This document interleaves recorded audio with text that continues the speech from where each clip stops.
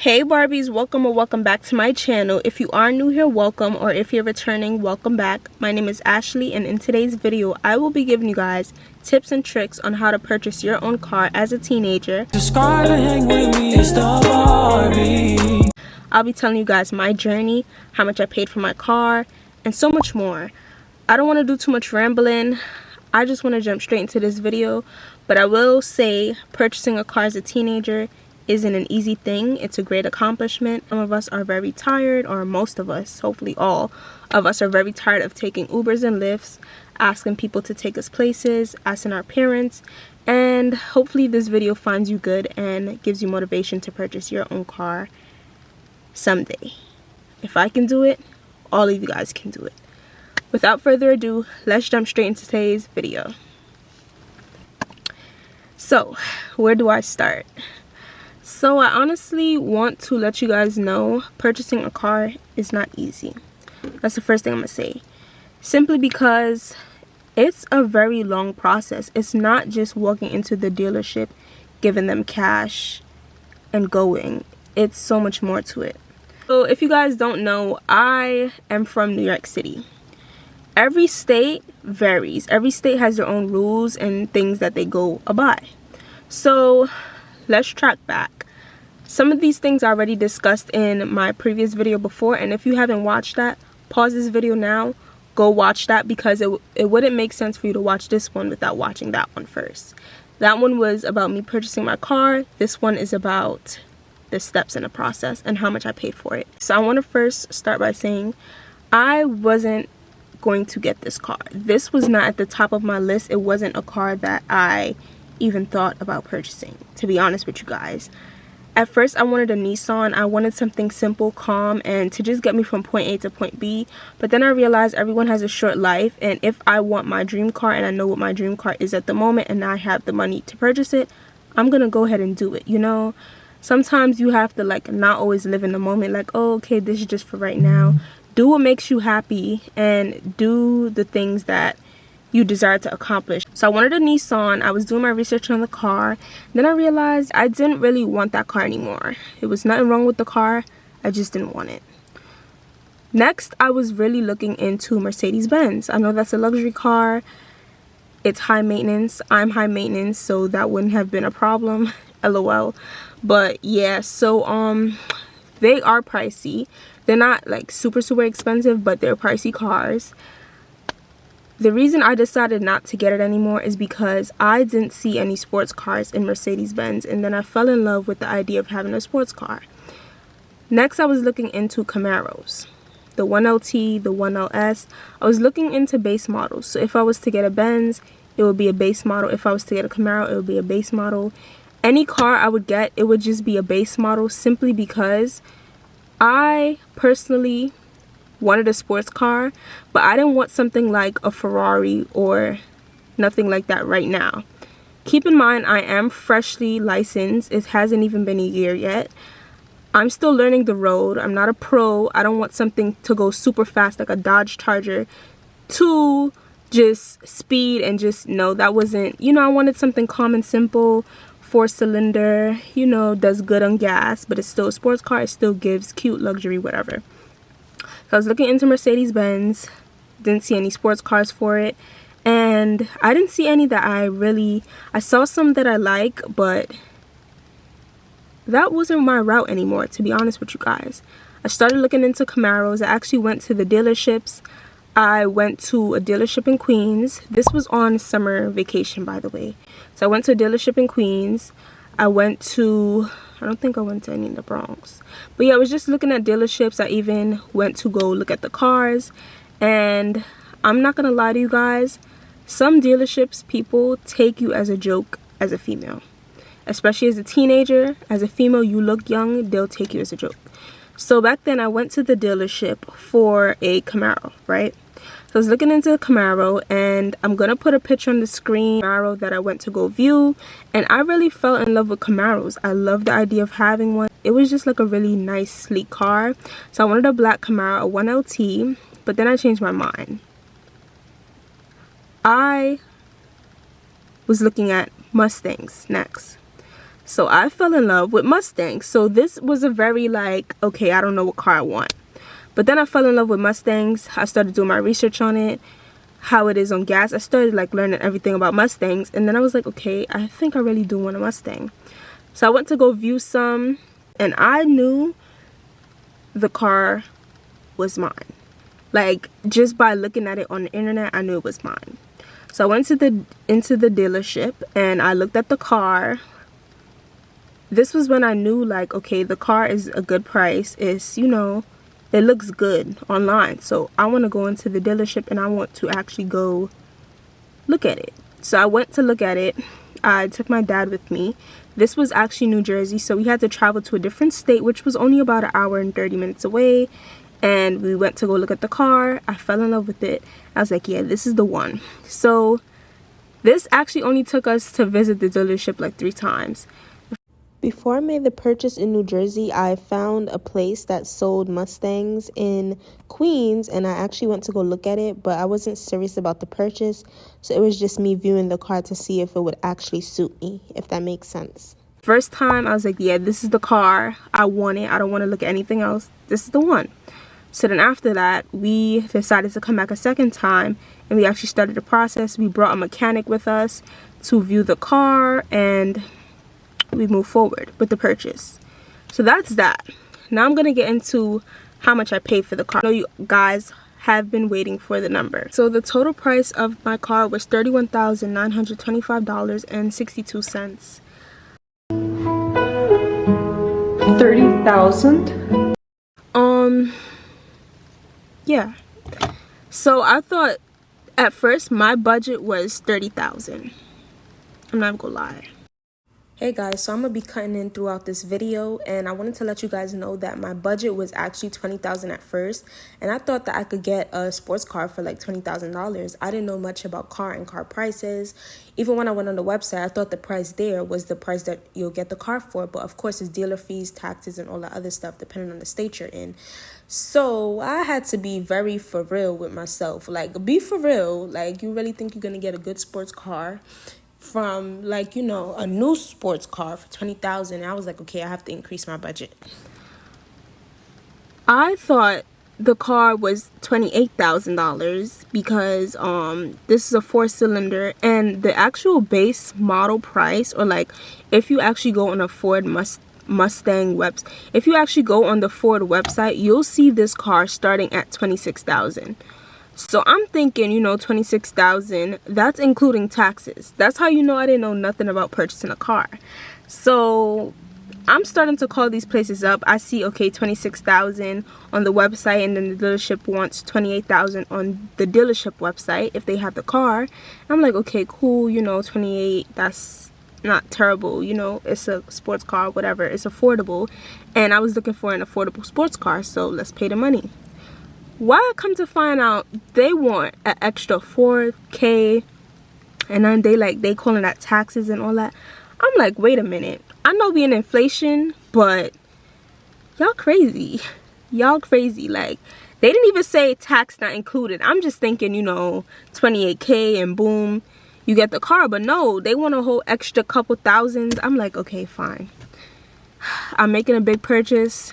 Just pay the money. You want the car, pay the money. Keep in mind, we kind of just got out of a pandemic, so of course they're going to raise the prices of cars because people are losing out. Like dealerships, they lost out on people not purchasing cars during the pandemic, so now they're raising the prices of cars, and they want an extra couple thousand on your price. I even watched this YouTuber one time. She said that her car was $100,000 and they wanted $200,000 just for the car, and that's just crazy because yeah, they're doubling the prices, tripling, adding on a couple thousands, all of that. So purchasing a car, period, is not cheap. Don't matter what year it is. Even if you get like a little old car, you still have to get it tuned up and all that other stuff. So keep that in mind. So now I'm going to talk about having a job, saving up for a car. Now, if you're 16 years old, 17, watching this video, this is the perfect time to start saving up, to start getting a job, and just being independent. We're not getting any younger, we're getting older, so now is the time to be independent. So good jobs to get. You could work in retail, you could work at restaurants. I highly advise you as a 16-year-old, try to get yourself into an off-the-books job. Get yourself into an off-the-books job. Now, the reason I say this is because off the books, I'm spilling tea right here, they do not take out taxes from your paycheck. They do not take out taxes from your paycheck. If you work an off-the-books job, like I want to say, I'm not sure if beauty supplies still do this, but back when I used to work at a beauty supply, I want to say in 2020, I was about 16, 17, I don't even remember. But yeah, so I was getting paid $15 an hour. I was working 5 days a week, and yeah, that gave me a paycheck of $500 a week. And this was over the summer. $15 an hour, working 5 days a week. I don't remember how much hours I worked, but you guys could do the math. That gave me a $500 per week paycheck, right? 400 of those dollars, you need to take that and put it away. $100 you keep for yourself. You buy food. If you don't like cook at home or your parents don't cook for you, buy food. Do your necessary things. Save that $400. Do that for like a whole year and a few months. You're gonna see how much money you could save up. Continue doing that, and by the time you're 18, you should be able to purchase your car. Now in New York City, you have to be 18. Don't quote me on this. I still don't like completely know the whole, you know, I'm not the DMV, but you have to be 18 to have like an official license. I believe when you're 16, you get your permit. That's when I got my permit. When you're 17, you can have a junior license. It's not like a real 18-year-old license. And then when you're 18, you could get your real license. I know this girl that me and her actually went to middle school together. She had her junior license, and I was getting tips and advice from her, like how I could get my license. This was before I was even a licensed driver. So she was giving me tips and advice. You know, she got her permit, she practicing to drive, she took the road test, she got her license, etc. You know, so that's the next step you want to do. First, you want to get the license, get the job, save the money. Now, this step is super, super important. I'm giving you guys good advice that I don't even listen to myself and that I realized kept me back. So, having a credit card is super beneficial. You cannot buy anything big without credit if you don't have the cash for it. You feel me? So, it's either you have cash and you have to prove where you got this cash from, or you have credit and you just work your way up to building back that money. And credit is very important, and I really regret not having credit real earlier on in life. I still don't have credit as yet because I'm working on it. I still have to find out what credit card works for me. But if you do not have cash to make a car payment, like a car purchase, you need credit. So I advise 16, 17-year-olds going into the bank. I believe you guys would have like a high school checking account, high school savings, and if you're in college, you would have a college saving. Me, I still have a high school checking account because why? College, I think it's more adultish, if that makes sense. Like, it's more steps and it's more, I believe they don't give you as much slack as they would with a high school check-in. Don't quote me, I'm not sure. But yeah, so going to the bank that you're banking with. I hope you guys even have a bank account because yeah, that's where we all start. We need a bank account. It's easy to open up a bank account. All you have to do is have $25. I'm pretty sure you guys all have $25. Go into the bank, open up the account, and I believe that's the minimum you could start with the checking account. Simple. So once you go into the bank, you tell them, hey, I'm a teenager, I want to start like credit, I want to build my credit. So now I don't know much about how that credit card system works. I actually went into my bank, Bank of America, and I spoke to them like, hey, what's the best credit card for me? They told me they have travel credit cards, one for points, one for, you know, rewards, etc. But I still need to go back to the bank because I feel like the employee that spoke to me the first time, he was fairly new and he didn't seem to know what he was talking about. So he just confused me, and I was just like, you know what? Forget it. I'm going to just deal with this when I go back to college, which is now. So probably next week I'm going to go back to the bank and I'm going to speak to them again on how I can open a credit card. But yeah, so you want to get a credit card. You want to figure out how that works. Now, I'm not sure, but I do know credit is very important if you do not have 100% cash for the car.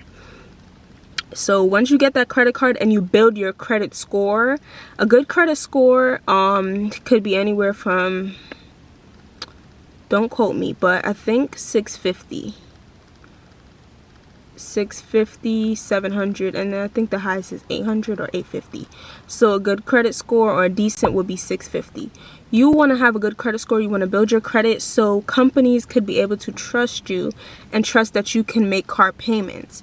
Now, once they check your, run your credit and see, oh, she has good credit, she's on time with her payments, you are good. Like, they're trusting you to make the payment for your car. So now, let's say if I actually had took the route of doing car payments instead of paying cash for the car, I would have to have credit. Because either you have the cash or you need credit. So I actually went to the dealer and I was like, okay, let's say I only had, because at a point in time before I had the full 30K, before I had, you know, savings, I had 20K, right? Saved, whatever. Now, I'm not going to tell you guys how to make money. It's so many, it's like so much ways to make money. Work a job, start a YouTube channel, go on TikTok. Like, making money is as easy as posting videos, blowing up, and boom, you have money. Like, it's just so easy. Do delivery services. Now, not everybody wants to be an influencer, you know. So honestly, my jobs recommended for teenagers are working in a restaurant. Now, like I said, off the books jobs, they do not take out taxes from your money. You just get whatever you get paid. So like, if they pay $15 an hour and you work how much ever days a week, your check is your check. Now, sometimes it's hard to find off the books jobs. Most jobs right now require that, you know, you have some type of identification and stuff like that. But hey, you know, you just got to do your research. So you're working a job, you're saving your money. The next step would be to, okay, you have the money ready or you have credit, go into the dealership. Keep in mind, if you have good credit and you only, let's say you only have $7,000 for a car and the total price of the car is $30,000, you can make that $7,000 down payment and you can pay monthly installments until you pay off for that car with a good credit score. Without credit, they wouldn't be able to loan you a car. And start doing your research. What car do I want? Do I want something simple? Do I want like something extravagant? Of course, you have to have money for it. Do I just want something to get me from point A to point B? Now, I highly recommend, I'm not even gonna say I recommend this. If you're not a very like fancy person, you could just get something simple. A simple Honda 2016, I don't know how much that would be, like a calm 19,000, maybe less. Yeah, probably less. And yeah, that's gonna still get you from point A to point B. Don't feel the need to pressure yourself to get a large extravagant car like a Ferrari, like a Range Rover, just because other people have it. No, just get you something simple to be from point A to point B. And at the end of the day, you could say you did it. You a teenager with your own car, making your own insurance payments, all that, you feel me? So yeah, that's that. I do want to apologize if this video is all over the place. I just want to touch some very important points and hopefully you guys are taking notes. But yeah, so you have the money. You're ready to make the purchase. You know what type of car you're looking for. Of course, you have to know, like, what do I desire to have in this moment of my life? Do I want a Honda? Do I want a Nissan? Do I want a sports car? Do I want a Benz? Do I want a Lexus? What do you want? Ask yourself that. And have a goal and have a vision board. Like, okay, this is what I'm looking to purchase. This is how much it is. Call up dealerships like, hey, how much is this car, including taxes? Some of them may say, oh yeah, you need to come in. We don't give that type of information over the phone. If they do that, then they're weird, and you go back and tell them, I cannot come in. I live out, like I live far, and I need to know how much to walk with if I'm serious about the purchase. Once they tell you that, they're going to tell you the price of the car. Know how much it is, know what you're working with, move forward from there. Once you do all those steps, you go into the dealership, you're ready to purchase the car. Always try to walk with a male. Dealership guys would take you as a female as a joke. Especially as a teenager, they're gonna take it as a joke. Trying to purchase any type of, you know, high-end car, they're gonna like just basically think you're not serious. I remember a point in time when I went into the Camaro dealership, and not the Camaro, what am I talking about, the Chevy dealership, I think. Yeah, I went into that dealership and I was like, you know, I'm here to look at this car such and such, and he was telling me the price, and you know, just basically trying to be funny. And I was just like, I feel like it's because I look young, I'm not here with a male, so they think they could take advantage of me. And dealership guys love that. They love when, I even saw a TikTok, they love when you don't know what you're talking about or don't know anything. This was a point in time when I didn't know the difference between manual and automatic, and then I told the guy, like, you know, I'm looking for a manual car because I thought manual is simple, but no, automatic means manual is like stick shift, and I did not know that. So he was like, do you know how to drive stick shift? And I was like, no. So he was like, so why do you want a manual car? And that's why I knew, like, okay, I need to take a step back, do some more research, come back, know what I'm talking about, and then we can move forward. So I was looking at a few cars, and of course I found this one, and yeah, here we are today. So I know this video is super long, just want to touch back on the points I've made. Having credit is super important. You could walk into the bank once you have a bank account, walk into the bank, tell them you want to start a credit card, you know, something small, and build your credit. Right now, if I wanted to purchase a house and I don't have house money and I have credit money, I could purchase that house. Credit is very important. Point blank, period. Next, know what type of car you're looking for so you won't be all over the place. It's like hundreds of cars, down from simple to luxury to high end. It's like so much cars. So know your range, know what you're looking for, know what you desire, work on getting it. That's 2. 3, always walk with a male to the dealership. Make sure you know what you're talking about. Make sure you did your research, all that other stuff. Of course, make sure your license is straight. And you guys should know, I mean, if you're this far ready to purchase a car, you should be mature enough to understand this whole process and understand it's not an easy process. It does take time. And I also want to note this, before you guys ever purchase a car, always take it, unless it's like even a new car, I feel as though you should go with a mechanic, let them lift up the hood of the car, look into the engine, make sure the oil is good, make sure everything looks straight.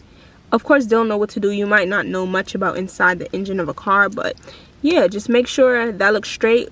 Mechanics should only charge about like $30, $40, depending on how far you want to take them. I know I only paid my mechanic about $30. Because when we was in New Jersey, on our way to the dealership, we saw a mechanic shop, and he was like, hey, you know, how much would you charge just to come up the street, look into the car? And he was like, okay, 30. And then we just took him, and he went to the dealership with us. So have the mechanic with you so they would, you know, tell you, yeah, this car is in good condition, such and such, and the dealership won't just try to sell you some garbage, you know, because sometimes dealerships, they just hurry quick fast to get a car off the lot. And yeah, so now I want to go back into my journey of the car. When I went into the dealership the first time, I told the dealership guy I only had $20,000 saved up for this car. He took me as a joke, and he said, this was his words, if you only have $20,000 and the car is about $30,000 plus, I don't think you should come in to look at it, because he don't want to waste both of our time. I somehow understand what he was saying about not wasting time, meaning like someone else could look at the car and be serious about it, but I feel as though that was a bit doubtful. And if I have majority of the money, which would be like $20,000, you should at least ask me, do I plan on coming up with the rest and how soon? And you should at least let me see the car before I'm even thinking about purchasing it. Because what if I come to your dealership and I don't like the car? Why would I even consider purchasing it if it has flaws or something to that matter? You feel me? So I feel as though dealerships shouldn't be doubtful or, you know, say things like, oh, he don't want to waste our time and stuff like that, because I could have that money by tomorrow. You never know. Some people think, oh yeah, people aren't being realistic, but they don't really know your pocket. So sometimes people should stop assuming and just show you the car, you know, even if not dressed the best, I feel like dealerships shouldn't take that as, oh yeah, they don't got money, they wasting my time. No, show the person the car, because yeah, come on now, come on. But yeah, so I had told him that, and he was like, he don't want to waste our time. And I was just like, sir, can you show me the car, yes or no? And he was like, yeah, I can show you the car. And I was like, okay, so let's move forward and you show me the car. So he showed me the car, and I was like, okay, it's nice, blah blah blah blah. That's when we had to figure out, okay, you only have $20,000 saved up right now. What do you want to do to get that other extra 10? So obviously it took me, you know, a little while. This was in like May. I don't know, but this was like a month before I actually made the purchase of the car. So then I was like, you know, I want to possibly take out a loan for the car, because I had the extra 10K, but I did not want to spend it. I didn't want to purchase this car fully cash. If I'm being honest, I did not want to do that. Simply because if I want to trade in, I want to have some type of agreement with the dealership to where I could just take this car, trade it in, and just thing. But now, since this car was purchased cash, I have to sell this car. I can't necessarily upgrade every year a new Mustang comes out, you know. I have to sell my car or trade it in to get something different, if that makes sense to you guys. So yeah, so we spoke to him, and he, you know, told us the steps in the process. I said, you know, I want to take out a loan, and I actually went to the bank like, hey, how can I take out a $10,000 loan? I have the money, but I don't want to spend my money. I want to spend someone else's money and make payments per month, and my payments would be as low as $100, because I was going to stretch out the plan to about 72 months, and that's like a long time. So that will only make my car payments $100 per month. So I went into the bank and I tried to take out a loan, and they declined me. One, because they had the wrong social security for me for years. That's crazy. Two, because I didn't have any credit. That's why they declined me. I don't have credit history. I didn't make any payments through credit as yet. So I could not take out a loan. They was like, oh yeah, as long as you've been a customer, we understand you've been a customer for a long time with this bank, but we cannot trust that you could pay back $100 every month for 72 months. Is that how much it is? Yeah, I think it was about for 72 months. And I was like, what you mean you cannot trust? Like, I've been a loyal customer, and I was highly upset. But then I realized, like, you know, God just didn't want me to take out that loan. He didn't want me to have no agreement with the bank. He wanted me to spend my own money. So I was just like, you know what? Fine, I'll spend my money. So I went into the dealership. I had a $20,000 check, and then I had the rest in cash, and I went in, and then we thought that was everything with the car. We was highly wrong, me and my dad, because we went in and we was just like, you know, of course he came in with me. Like I said, you need a male to go in with you. And we thought that was all. No, we was totally mistaken. The guy was like, oh yeah, we need your social security. Now, dealerships ask for your social security, to my knowledge, because they want to verify the money you've given us is not scam money. It's not money that was stolen. It's not money that was robbed from the bank. It's not none of that. You worked hard for your money. Now, I don't see why that's any of their business, but I feel as though dealerships, that's just weird to me. Like, I guess they just need to verify with the tax department that, you know, everything is straight and this is not fraudulent money, so we won't get in trouble for it. So that's what they was like, oh yeah, we need your social and we need to verify. Basically, it's actually funny because the dealership, they actually lied to us, and they said, we need your social security for the DMV. So I did my research, and I called the DMV like, hey, do you guys need my social security after I already have my license? Do y'all need that for me to purchase a car? They was like, no, we don't need that. Y'all, I'm hot. Y'all notice in every video I'm always hot? Like, it's crazy. But they was like, yeah, we don't need your social security. And I was just like, why would the dealership lie? So then I called them back, and I was like, I looked at the paper that he gave me, and the paper that asked for my social security was for New York State taxation. So I'm like, oh, so he lying. Like, why would you lie? If you had said you want to verify this is not drug money or nothing crazy, I would have said okay, but you just totally capped in my face. So I called him and I was like, yeah, I mean, if this was for the New York State taxation, you should have said that. And I'm highly, you know, upset that you would lie about that if I trusted you and I'm trying to make a purchase with you guys. And then he was like totally apologetic. Like, and then my dad added on, he know we wasn't dressed in a suit and tie to come purchase the car, but we shouldn't have been treated like this. So this was a whole crazy situation, because if you know you need our social from the jump, you should have said you need our social to verify the purchase is legit, instead of making us give you the money, then adding on you need our social, then saying it's for the DMV, knowing it wasn't for the DMV, because I called the DMV and they said it wasn't for that. So the fact that they did all of that was just crazy. So dealerships like to play with you and play in your face. Make sure you have some type of adult supervision with you as a teenager to purchase a car. Now, if you know this is not like a super big purchase and you're just paying, I don't know, between 10K to 15K for a car, it's not that serious. I feel like, I don't know, I think after $10,000 for a car, they ask for your social. Don't quote me on this. Maybe this was just my dealership trying to be nosy to see where we got the money from.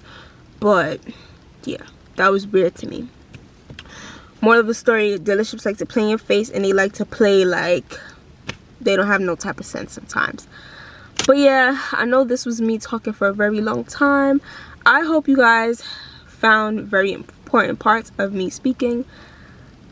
I said a mouthful, and at this point I'm very tired, but yeah, so I hope you guys enjoyed today's video.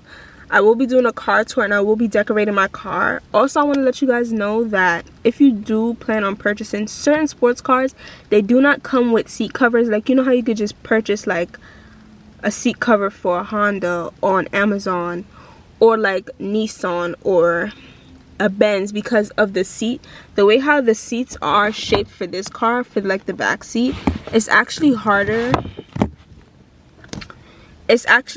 for me to find seat covers. And I actually looked on eBay because I didn't see any on Amazon. I mean, for the front seats I could just pop something over it, but it won't be specifically for the car. But for the back seats, I have to actually go order something from eBay to have it shipped from, I think, a different state or something. And yeah, so some cars it's very hard to find interior parts, and it's just like a whole lot. But if it's your dream car, get the car. Don't let no one tell you you have to start off small to become big. No, you can start off big with a Ferrari and size down to a Honda or something if you feel like it. Like, don't let nobody tell you, oh, you should start off, you know, if you're a beginner, you should start off with a used car from 2000, from 1996. No, you don't have to do that. Once your money is stable and you know that you could afford this car, then yeah, go do what you gotta do. Also, one more thing I want to touch base on is insurance. My insurance is very high. Like stated before, I live in New York City. I'm considered a high-risk driver because I'm 18, freshly, newly licensed, have a car with 310 horsepower, sports car, all this other stuff. And this is like a new car, so they charging me very expensive for my insurance. It's actually due in 5 days, y'all, and my insurance is $576 per month. So imagine if I did have that loan from the bank, I would have to pay about $600 to almost close to $700. No, I would actually have to pay about, yeah, close to $700 per month for the insurance and the car payments. But fortunately for me, I didn't have to take out any loans, and I just had to pay the cash, and that was that. And now all I have to do is maintain the car with gas. Gas is very pricey, especially now. It's actually going down right now, but this car is actually, I want to say, decent on gas. It is a sports car, of course, you know that. It's going to be a little high on gas, like it's going to drink gas very quickly, but I could take $50 right now to fill up this tank. That would get me to about 200 miles until empty, which is full for this car. Like I said, I just wanted a simple, this is like the base model. I wanted something simple. If I want to ever upgrade to something more faster or something other than this car, I could always do that. But you know, starting off, of course, I wanted a sports car, but I wanted a simple sports car, if that makes sense to you guys. So it's good on, it's decent on gas. I actually need gas for it. It says 50 miles. It reminds me when I'm almost empty. So right now it says 50 miles till empty.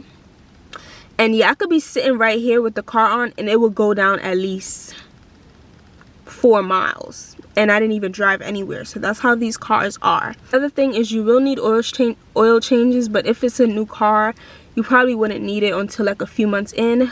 I've been driving this car for almost, I want to say 2 months now. I haven't did an oil change yet. I don't need one as yet. Yeah, I actually did pop my tire. A nail went inside my tire, so you would need a wrench, a jack, and something to pop the car up. I think that's called a jack. You need a spare tire. Always have a spare tire with you. My dad was preaching it to me, and I was just not trying to buy that because the tire specifically for this car, new tire, is $300. You want me to buy a wrench? That's another $40. You want me to buy a jack? That's another $40. Like $400 for what? Like, I wasn't trying to hear that. So he actually was nice enough to purchase those things for me. And yeah, you always have to walk with that when you're going long distance traveling with your car. Actually didn't get me a spare tire specifically for the car. He got me something called a donut, which is a smaller tire for cars that you could use to get you from one location to your destination, and it will work perfectly fine. And I believe it's cheaper, but it is smaller than a regular spare tire specifically for your car. But lots of people use donuts, and it is a good alternative until you're able to get an official spare made for your car. Make sure you're not doing anything crazy, especially as a new beginner driver. You're doing crazy donuts and all that stuff. Although I have this, you know, nice sports car, I'm not gonna be doing no 100 miles per hour and all that. No, I'm gonna stay in my lane, and I'm gonna just, you know, keep it simple, do a quick little 40 miles, 50 miles, 60 miles, and yeah. I actually haven't really drove this car in sport as yet because I just didn't feel a need to. I know it's a sports car, but yeah, I'm not the type of person to abuse it being a sports car, whatever. No, I'm gonna just, you know, keep it simple. And yeah, well, hopefully I've touched everything. As a new driver, if you're putting the car under your name and you're not going under anyone else's insurance, your insurance will be high depending on what car you have. If you have a simple car, it may not be so high, because I know someone with like a Honda, probably like 2018, and their insurance is about $100 to $200 per month. If you're making that, honestly, working as a teenager, you can make that in a week. You can make $200 in a week, especially depending on the state. New York City is so many different jobs to find where you can make that money in a week. Recently was working with this group doing catering. Basically they take you to different locations. You actually meet. Alright, so the way how it worked for me, we actually went to Manhattan area and they picked us up and they put us in a van. That sounds like kidnapping, but yeah, so we went to like different locations and we basically did catering. I was getting paid about $25 per hour and I was 18. Don't let people say, oh yeah, jobs don't pay that much. No, you have to go on Indeed jobs, update your resume, get someone to help you with updating your resume. I probably should do a separate video on getting good jobs, etc, etc. But yeah, do that and work your behind off.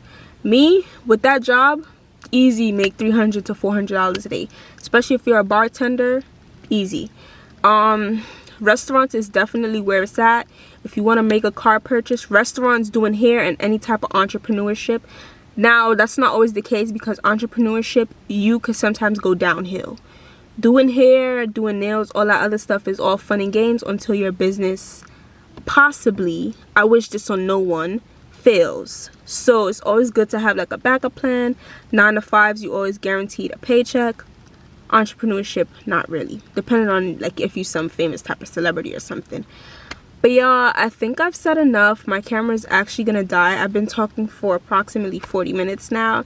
I hope you guys enjoyed this video as much as I enjoyed recording. I can't believe it's about to die. Like, that was really quick. It was like fully charged, but that's crazy. Anyways, I hope you guys enjoyed this video as much as I enjoyed recording it. I love you guys so much. I'm super hot. Like, it's so hot in Florida right now.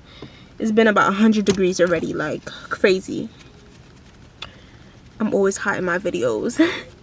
But yeah, I love you guys so much. Bye, Barbie.